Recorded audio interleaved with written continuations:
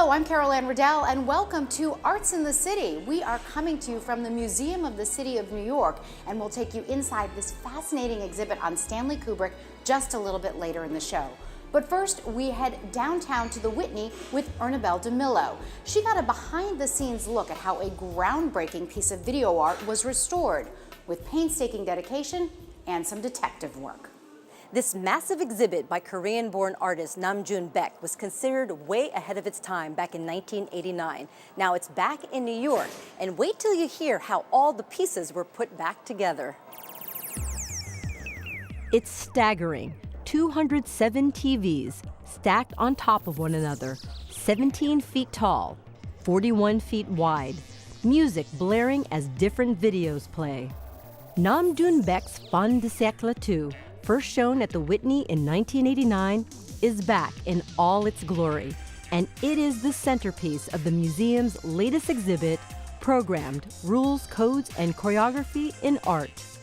Paik really has been one of the pioneers of video art, and this particular work rearranges music videos and other imagery and really uses the television as its material, both in terms of sculptural elements and in terms of content and the signal of the television itself. To bring this piece back was quite an undertaking. When it was returned to the Whitney years after it was exhibited, it literally came back in pieces, several parts missing. It was a challenge. I mean, how could we have such a great work of art by such a great artist and not be able to exhibit it? So that started our thinking several years ago about what would be involved, technically yes, but also philosophically, in how this piece needed to be restored to represent the artist's artistic investment. We didn't have any idea how the original 10-inch monitors looked like, but this image here shows Paik holding one of these original 10-inch monitors, which gave us an idea how it looked like. And we did an eBay search, and we were actually able to source one of them. It's this quasar here. Art conservationists Richard Blows and Reinhard Beck spent several years rebuilding Fin de Siecle 2. Richard had worked with Beck in 1989, but still the two faced some serious roadblocks. There was no real document. It was shown at the Whitney in '89, and then someone bought it and then went to Hawaii, and their house was not big enough to take this 14 or the 17-foot high piece, and so they made a smaller version. So they donated it to us, so we got the smaller version of this piece, which was short, like about 50 TVs maybe. Right. And there was no documentation about how it was originally at the Whitney. The electronics had to be restored, repaired, and sometimes replaced. And finding older model TVs is not as easy as one may think. These old TVs are not produced anymore. It's called cathode ray tubes, it's CRTs. That's a curved glass TV, which we all know from our childhood. They also had to find 7 wooden cabinet TVs, ubiquitous in American living rooms in the 70s, not so much in 2018. Thank goodness for eBay. People would sell them for like $40, and then it would be like in Chicago or something, and we'd have to send this art truck there, which we had to pay like, what, $1,000 or something? Then they had to figure out how the original all stacked up. We really had to reconstruct this. And with the scaffolding too, there was only one picture that we had that we found on the internet that showed Paik in front of this piece, and the guy took a flash photograph. And because of that one photograph, we could see the outlines of the scaffolding and what went where. Finally, they had to make sure the videos playing on the 207 screens matched the tempo and timing of the 1989 version. No one bothered to film the entire exhibit in 1989, ironically, an exhibit devoted to video. All they had to work with was 45 seconds of tape filmed by the original video processor. So he reproduced the new video processor based on this tape. Which was only about 45 seconds long. Very short, but he also did the original one. So after years of detective work, the pieces are finally in their places, back at the Whitney, just like 1989. And I'm sure this time someone will have a video and a photo or two just in case they want to bring it back 30 years from now. I'm Renabelle DeMillo for Arts in the City.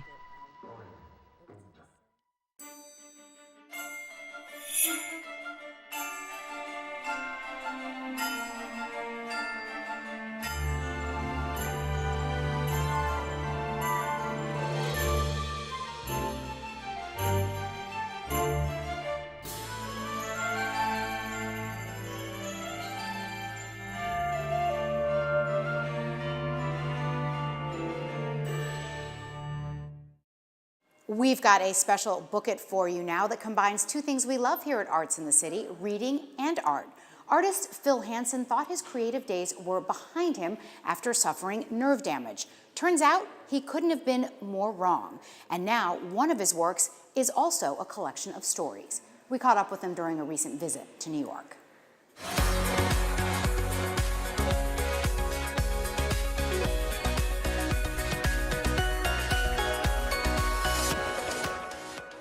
Phil, thanks so much for being here today. Yeah, happy to. So you're an artist, I know, but you also have this book out, When I Was 7. So let's start with that. It's a collection of stories, short stories, hundreds of them actually. Yeah. Can you just explain briefly what the book is about and what inspired it? Yeah, so the book really is, as you said, a collection of these little memories from people from the age of 7. Over 600 stories collected, and this all was inspired by, there was a young girl, 7-year-old girl, who was living in the middle of the war in Syria, in Aleppo, and she was live tweeting her experience. And during that portion of the war, her story was shared around the world, and I ran into it a bunch of times, and I just couldn't imagine, of course, being in that position, being in a war zone, even as an adult, let alone at the age of 7. Right. So then that got me really interested in kind of my own memories from the age of 7. Then I started talking with other people, and I found it was a really just enjoyable, interesting experience to try to recall memories from that age. Then all of those stories eventually turned into a huge art project for me, but also then I put into this collection in the book. Many of them are hilarious and are delightful and fun, but then there's also a lot that are just absolutely heartbreaking. What were some of the examples that really struck you? When I was 7, I sat up all night listening to my mother breathe to make sure she didn't stop. I sat holding my head in my hands, weeping because my mom was being put into an ambulance by 2 men as she yelled and screamed because she didn't want to go away to the mental hospital. Wow. I love the absolute simplicity of some of them too. My younger sister ate my Dr. Pepper lip smacker, which was my favorite. I cried. Later that year, my mom bought me a lip smacker necklace, and I wore it everywhere.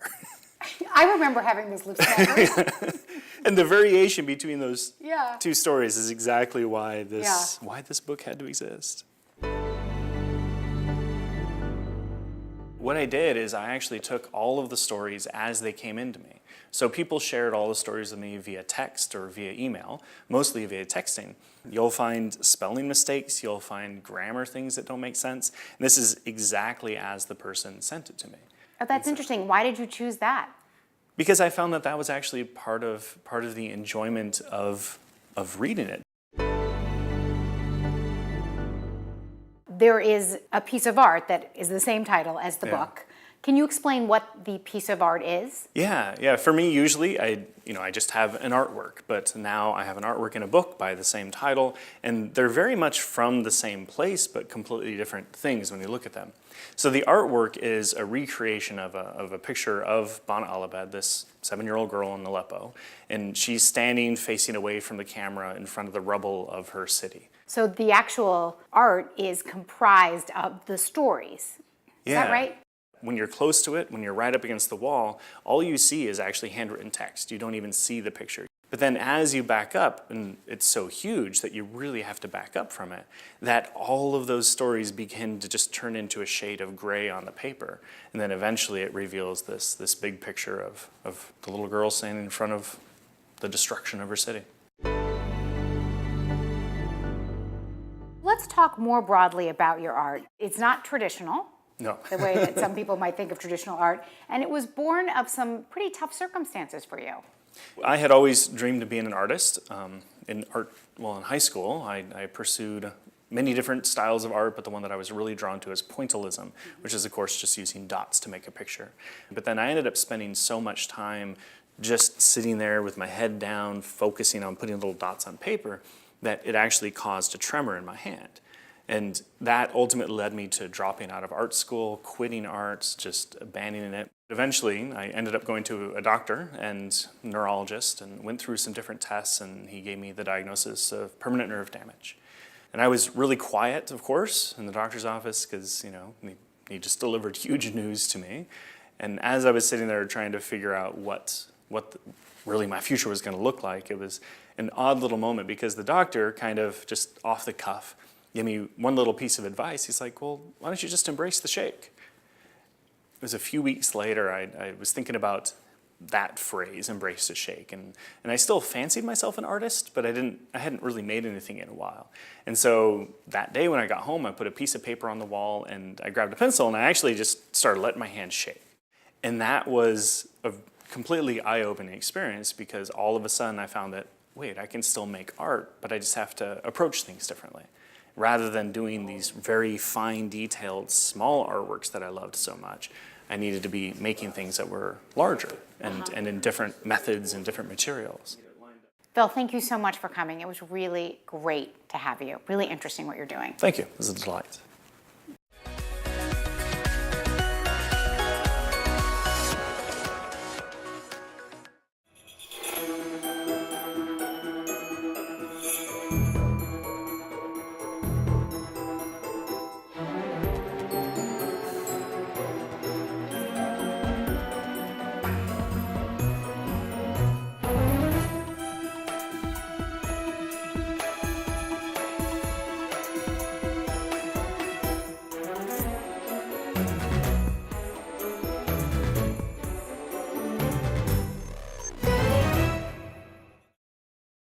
Now in theaters, a classic that is new again, the movie Robin Hood.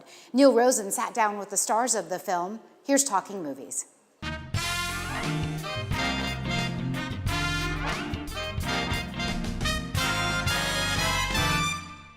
You're not Robin of Locksley anymore. You're Robin Hood. Over the years, there have been dozens of screen versions of the legend of Robin Hood.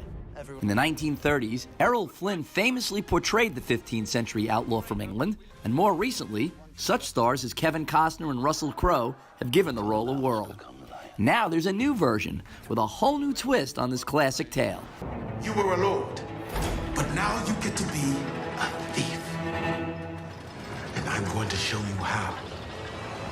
Taron Egerton stars as the medieval hero Robin, who steals from the rich to give to the poor, while Jamie Foxx is his trusty right-hand man and mentor, John. Okay.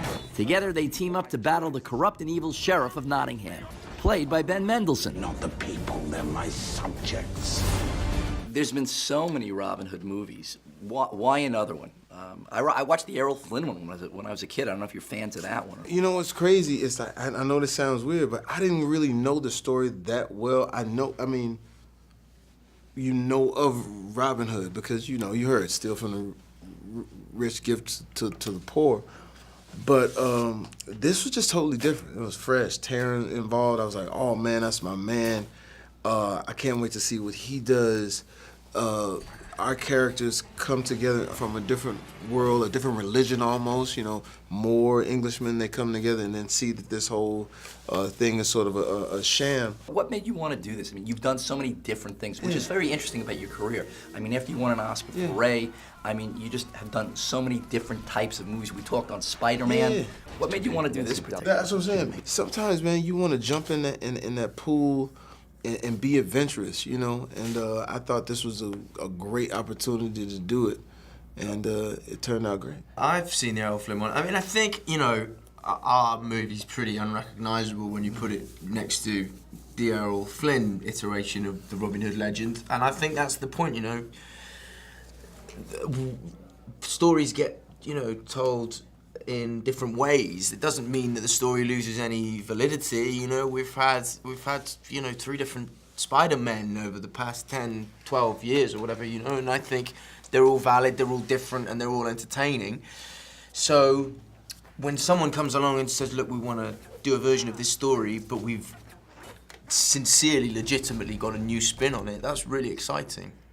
Here's the plan. The man with the plan to do something different with this time-honored tale is director Otto Bathurst.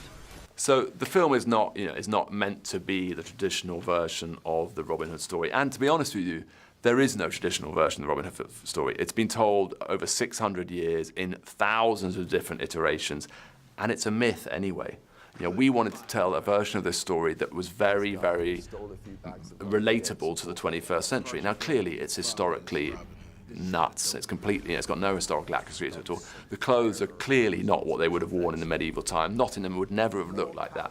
And that's a very, very conscious choice. The point of this story is to show that, we need Robin Hood characters now more than ever. We've got the same corruption going on, we've got the same oppression, we've got the same injustices, and each of us as partners in that society have a responsibility to stand up against that. I'm the law and order here. I think Otto's approach to this is kind of very, very modern. It's a very fast-paced, fun one. And here's the other reason why it never isn't kind of needed. Because the same essential thing that Robin Hood's talking about, steal from the rich to give to the poor, never goes out of fashion. Really inspiring. Thanks. With the cast and director of the new screen version of Robin Hood, for Arts in the City, I'm Neil Rosen.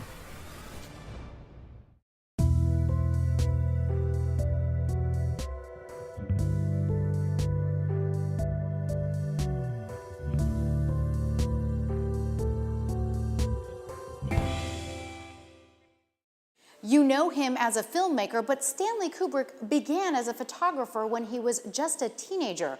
The exhibit here at the Museum of the City of New York features about 100 of his early photographs. Mike Gilliam has more. The Kubrick exhibit focuses on his early years as a photographer in the city, work that would lay the foundation for his filmmaking career. Come and play with us, Daddy. Legendary film director Stanley Kubrick is known for films like The Shining and Eyes Wide Shut. But his career began as a photographer at an early age in the Bronx.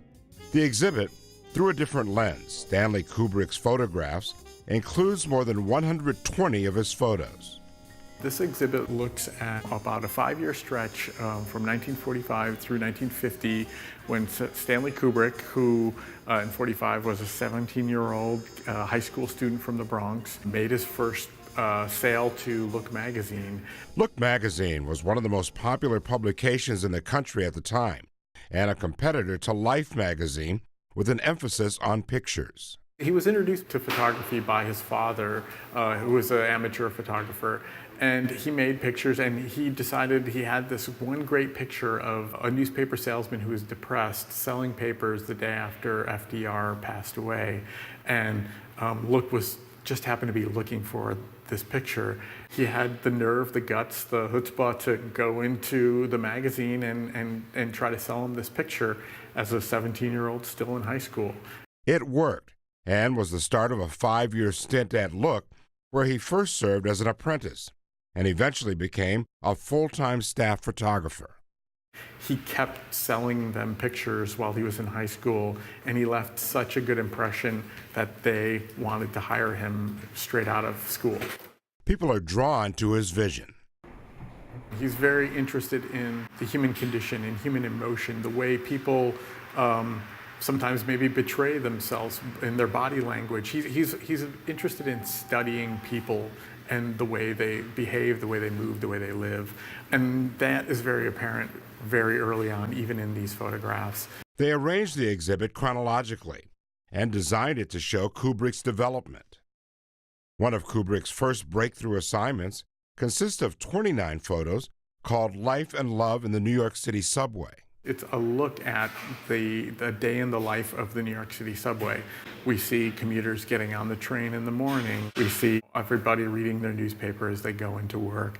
Later in the evening, we see a band who's played and they're heading home, kind of like half falling asleep on the train. We see lovers embracing in the train. So we see all the subtleties of the daily commute. Towards the end of the exhibit, they show the actual transition from photographer to filmmaker, beginning with a Look magazine shoot. In 1950, an assignment called Prize Fighter is published, and it's an assignment about a day in the life of a boxer, Walter Cartier. And we see him getting ready for the fight, and this is a direct connection to Kubrick's first short film called Day of the Fight. He uses the same boxer, and they make a film. And in fact, the assignment becomes a storyboard for the first short film. It's a very direct connection. And in this exhibition, you can literally stand in one place and look at the published assignment and then turn sideways, and you get to see the actual film itself. So you see Walter Cartier in motion at the same time as you see him in the pages of Look magazine. A window into the making of an artist. It's the time in which an artist is forming his true self. You know, he's learning the craft of working with the camera. He's learning how to get his ideas across. We're learning about the origins of one of 20th century's greatest artists. The Kubrick exhibit is so well received, its run has been extended through January 6th of 2019. They've also published a book called Through a Different Lens, Stanley Kubrick Photographs, which is available through the Museum of the City of New York website. I'm Mike Gilliam for Arts in the City. You've still got time to catch the exhibit. Through a Different Lens has been extended through January 6th.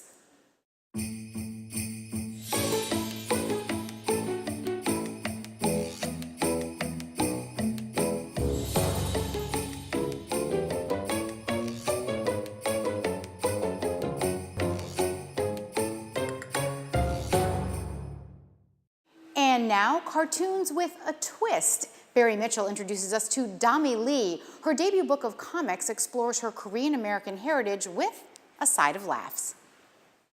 These are really good. The honey butter chips are super popular in Korea. These Shrimp are chip? classic. Oh, really? Everyone has had these at one point or another. Shrimp hopefully. chips? So good. Really? Yeah. Oh.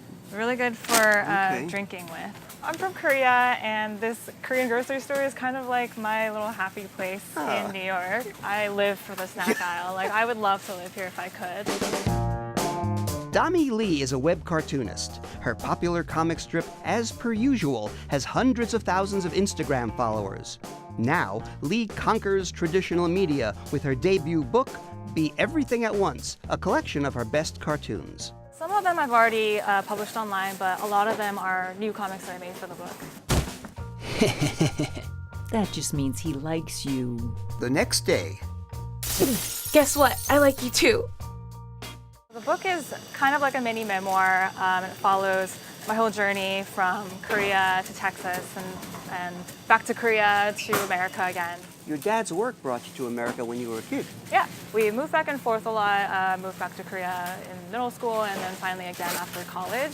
And I think it was the third time around when I was there as an adult that really made me appreciate being Korean American. It was kind of a struggle to like fit into all these like different new places at first, but I think that struggle kind of like helped me, you know, really appreciate who I am and like how unique my experiences have been. I wasn't American enough in America.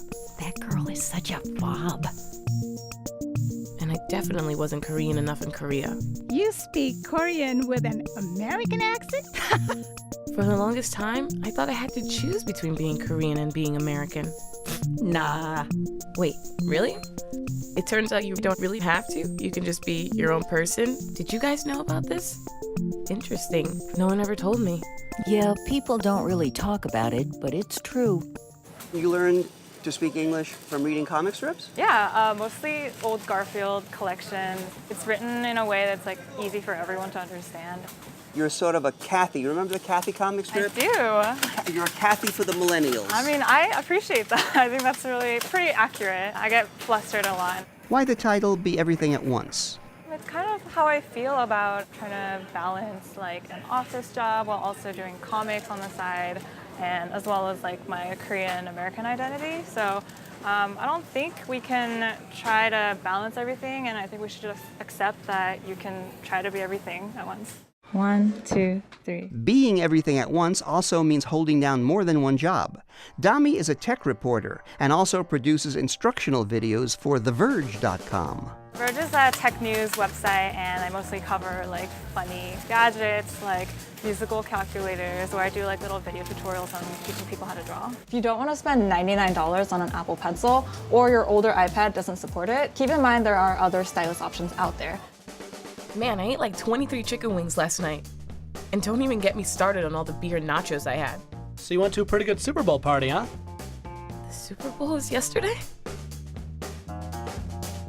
I think we have enough snacks. This looks good. Got another book in the works? I hope so. I would like to work on more books covering like Korean culture and like the stories that I grew up with. So yeah, hopefully in the future. Tell me about the book again. Be Everything at Once, Tales of a Cartoonist Lady Person, and it's published by Chronicle Books. And to read, as per usual, your webtoon. Go to my Instagram, it's my name, Dami_Lee. Thank you so much, Barry Mitchell, for Arts in the City.